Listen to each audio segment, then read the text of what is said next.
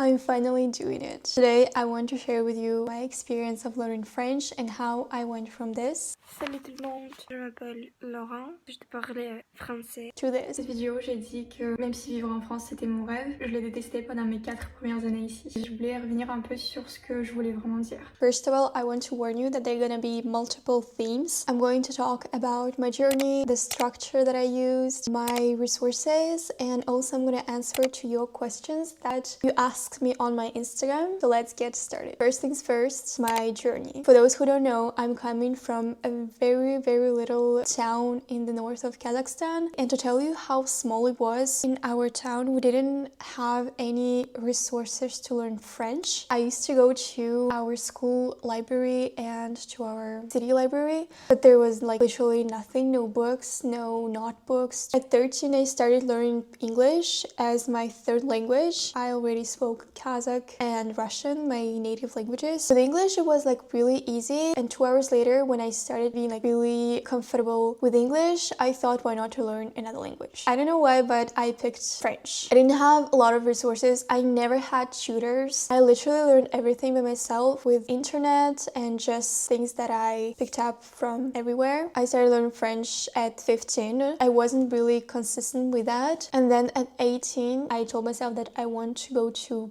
Paris just to practice my French a little bit. So I started thinking about it like really a lot, and then I found out about an internship where you would go to France to work 20 hours a week. It was in a restaurant or in a hotel. Yeah, you would work and you'd be paid. It was 600 euros at the time, and you didn't pay for accommodation or for food, so it was like a perfect opportunity to practice my French. And so at 19 I started looking for a stage and I found one. Then I came to France. I fell in love with the language and just in general with the vibe. So I thought why not to do my studies here. 1 year later I came here to do my bachelor degree. At that time I really started practicing French a lot, like all the time. Basically within I feel like 2 years I became really comfortable with French, and I would say fluent. Now let's talk about how I actually learned it. One of the most important things for me in languages is the structure. And I had my own structure in English and in French. For me, most important things were grammar, vocabulary, and practicing. Every time when I would learn French, I knew from where to start, because for example for a week I would split these topics. For Monday I would really concentrate on grammar, then Tuesday on vocabulary, and Wednesday for example practicing. The best thing was when I did the 3 in 1. I would see one grammar, I would learn new words to practice that grammar, and I would say it out loud to actually practice everything. But let's get into the details. Grammar.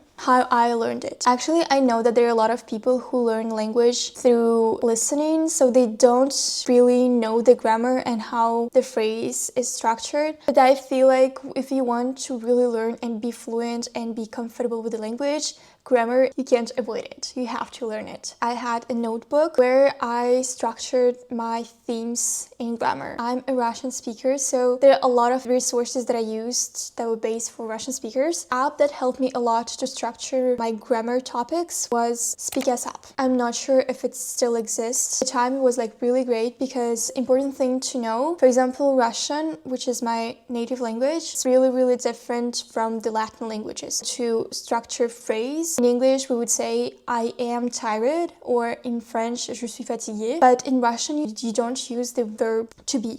It doesn't exist. Like, it exists, it doesn't have the same use. These little things, they're really important to know. So first of all, I would really highly recommend you to know some little aspects that are different from your native language and the language that you're learning. And this, you can actually Google it. Now we have ChatGPT. You can ask it, because once you know, for example, that in Russian you say я устал without any to be verb. Phrase in French, you have to use the verb être. Je suis fatigué. It really helps a little bit more to understand how the language works. I had a notebook that I would take everywhere with me, and when I first started, I took 5 or 6 most important grammar topics, and I would really learn them. Again, now it's so easy to understand what topics you should learn first. For example, if you are in the very beginning of your journey, you can Google them. You can Google most important topics, grammar topics in French French, what I recommend is to start from how the phrase is structured. For example, for the adjectives, in English, to say a phrase, you say, it is a beautiful yellow dress. But in French, actually, the adjective goes after the noun. C'est une robe jaune. But of course, again, there are some exceptions and you have to learn them too. So drop it all, whatever level you have in French, always go back to grammar and make sure that you understand the rule, make sure that you understand the exceptions, you learn them, and it's a constant learning. So whenever you see a phrase you don't understand why it's used like that, always Google it and write it in your notebook. And next in my structure we have vocabulary. What I highly recommend you is to have a little notebook that's literally you can put in your purse, in your pocket. And nowadays it's very important to have something where you write manually. I'll explain you why. I had a little notebook that again I took everywhere with me, and actually I would split the page into sections. For example, the nouns, adjectives, verbs, and etc. One day I used to have theme of sports, and I would put all the nouns that has something to do with sport, the verbs, the adjectives. After that, once it is written with my own hand, I would read it out loud, which is very important, and I would use every single word with another section, a noun with an adjective and with a verb, and I would structure the phrases, multiple phrases. And it helped me really a lot, because first you remember much better when you write it manually. Also, when we say it out loud, you listen to yourself speaking, and it's actually another way of practicing the language. I would learn 50 to 100 words per day. Now it sounds so crazy. So it should be really small, because you should take it wherever you go, because every single day you have to repeat all the words all over again. For me, once I repeated like for a week this section of sports, I remembered it. So at least 1 week you have to repeat all the words. Once you have a good vocabulary and a good grammar, you can start practicing. I know I had a lot of questions about practicing and how you practice when you're not in francophone country. Boys and girls, I've never been to an anglophone country, like never in my life, and still I speak English and I try to practice it. There's so many ways to practice the language. First, there are a lot of apps out there to practice it with the natives. I used to download Interpal, I think it was an app, an exchange thing online, but honestly I never used that. I know that I still receive messages on that app. I open it only once or twice, but it's a great opportunity to meet someone, or you can just post a thread or a tweet. We have a lot of opportunities nowadays, much more when we had 10 years ago when I started it. Another thing to practice is also to practice it by yourself, and this I say all the time and I repeat it again here. I would suggest you to put a camera in front of you just for yourself, and you start practicing your vocabulary, practicing the grammar, constructing the phrases. And just imagine, for example, you're in boulangerie and you want to order something. What would you say? How would you say it? Put a video on YouTube of people actually talking about it. Try to shadow the accents. Never neglect the power of internet, and just try to reach out people through some apps. Or again, social media works a lot. And don't think that if you're not living in the francophone country, it means that you can't practice it, because trust me, there are so many people here who have been here for many years and don't speak the language. And it depends on your motivation, it depends on how much you want to learn and how consistent you are with the language. Okay, we're almost done. Next, let's go to my sources of learning French. I was asked this question so many times. I will put them in my caption. I will try to put everything. So first, my biggest advice would be to surround yourself with the language as much as possible. One of the simplest things is to put your phone in your language that you're learning. For example, in French, to put the music, the podcast, the books, like everything that you do daily. Try to surround yourself as much as possible with French. Music.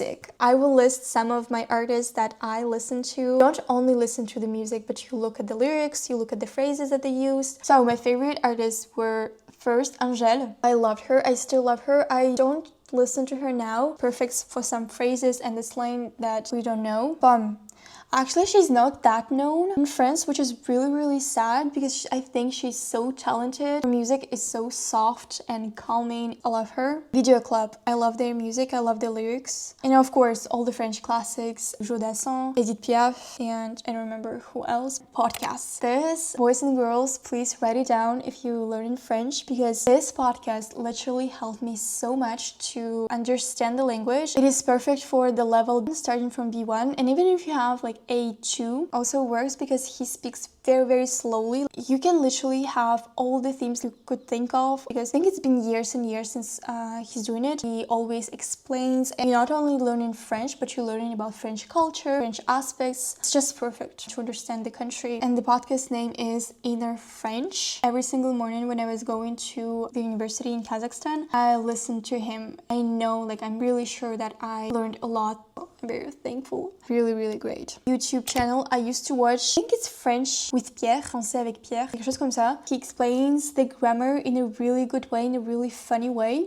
Books. I honestly didn't read a lot of books in French. I started reading it when I had B2 level. And if you have B2, my highest recommendation would be Guillaume Musso. I love his novels. I think it's very simply written, and also for vocabulary it's perfect. Just in general, it's interesting to read. The series and movies. Again, I didn't watch a lot of series or movies in French. On Netflix, you have a lot of French series. I used to watch Scam. Like, if you're around my age, I'm sure that you know Scam. It's also very great to practice your French because through series like this, when they show the real life, the real French, you learn so much. You learn really a lot. And here, most important note, you don't watch the French series in French but with your native language subtitles. You always watch it with French subtitles. And you don't just watch it and don't understand anything. You watch it 1 minute, put a stop, and you look at all the phrases that you didn't understand or that you would love to know. You write it down in your vocabulary. And now let's get into your questions. There were a lot of questions about the things that I already talked about, my recommendations, my structure, so I will try to choose the questions that would be really helpful for those who learn French. Recommendation from advancing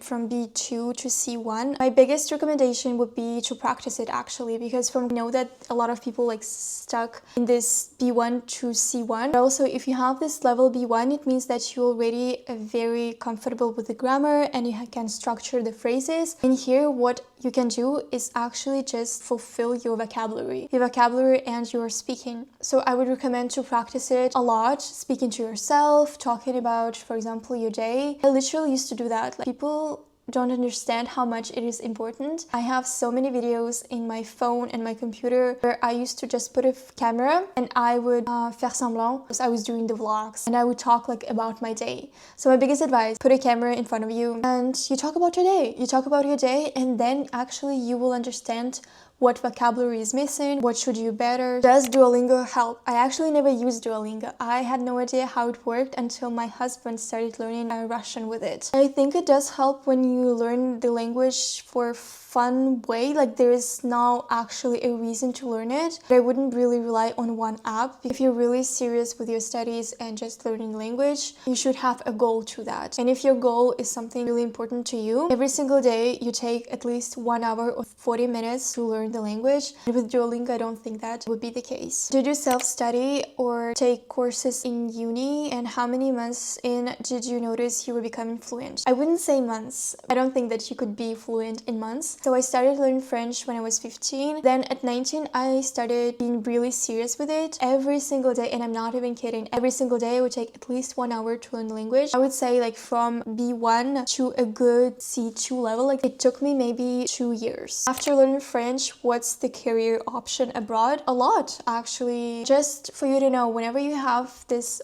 +1 language, it's like a huge bonus to you and to your employee. If you work for it, there are a lot of opportunities. I feel like I've already answered to all the questions because they're kind of talking about what I already talked about. Just the last about pronunciation, because I didn't talk about it yet. What is the best way to improve pronunciation? I want to study at a French university in 3 years. I literally never tried to change my accent. I feel like the shadowing exercises really helps, but I know people do that with YouTube videos, a series or podcast, like whenever you listen to French, but I used to do it automatically in France, because also if you go into France, this is a great opportunity to practice your language with French. From the first year I was in France, I worked, I had my studies in French, so I was really surrounded by French language, and whether I wanted it or not, I had to speak French. Whenever you hear it every single time, you know how to say this word or how to play with your accent. So I think I just picked it up really automatically. And also my second year when I was in France, I moved in with my boyfriend at the time, my now husband. It's been 4 years since we're together, and we talk only French with each other. Like, we never use another language, and so I would speak it every single day, and I'm pretty sure that he helped me a lot with my accent also, because he would correct me sometimes, or just I would listen to how he pronounces something. I feel like we're done. It's been 1 hour since I'm filming this video. Lastly, just want to tell you that no matter what books you have, no matter what teachers you have, if you don't have the motivation and consistency to work, like really work on the language, you won't have any results. It's only up to you. And maybe you could leave in the comments your experience with learning the language, maybe learning French if you have your own tips. It could be really helpful for those who are learning it. I really believe in you, and never compare your journey to someone else, because we're so different, and this is actually our uniqueness. Thank you, and don't forget to subscribe and like this video if you liked it.